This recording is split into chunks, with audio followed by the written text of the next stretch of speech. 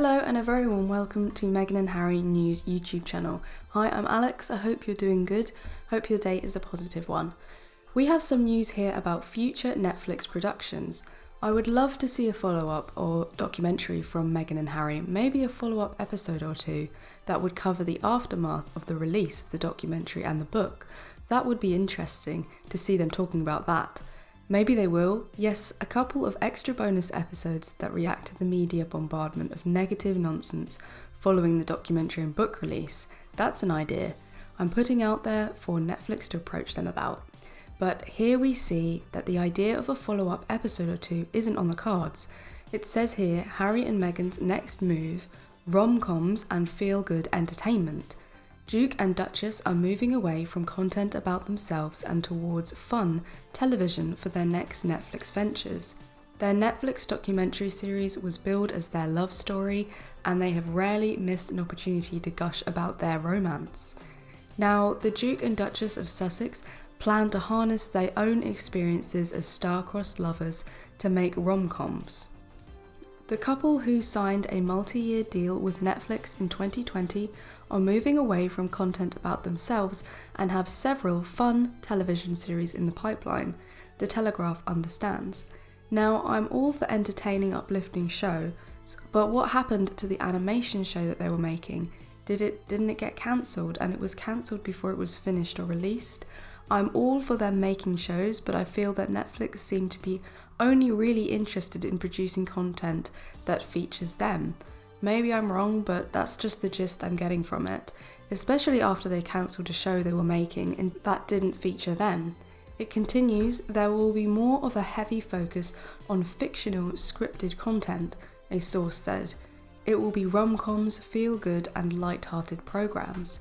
The couple will not appear on screen, instead adopting less time-consuming executive producer roles, which will allow them to pursue other projects and philanthropic work. It comes after the Duke revealed in his memoir that he used to binge watching Friends, while Meghan has admitted watching When Harry Met Sally a million times, as well as all the Julia Roberts rom-coms. She told Variety magazine last year, "People love love. I'm not excluded in that sentiment, and our definition of love is really expansive. Partner love, self-love, the love of community and family. We use that as the baseline of the kind of shows and documentaries we want out there." We have to remember, this is an article from the UK media. It's another story from an anonymous source, and while I think it's great to branch out and do things, which is a necessity moving forward, I hope they think about doing a follow-up to the documentary that covers the backlash, the Jeremy Clarkson story, how he was a guest with Camilla, the reaction to the book, Spare, and the silence of the royal family to it all. That would get a ton of views and would make Netflix very happy, while again getting their side of the story and showing how corrupt the media have become. The anonymous source says, "They've had enough of being in the spotlight for now," one friend confirmed.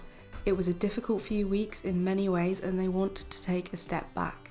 Instead, they are understood to be focusing on charity work closer to home in California, which they can pursue under the radar."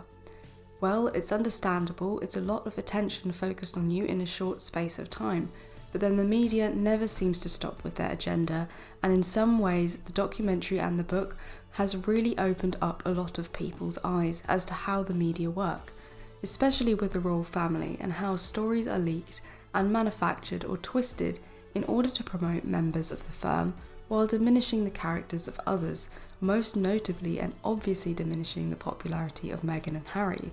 The article continues, "Despite all the noise surrounding the Sussexes' potential appearance at the King's coronation, the couple are not thought to have received any formal contact from either the Archbishop of Canterbury or the royal family, suggesting that the apology and potential reconciliation that the Duke has called for may not be forthcoming."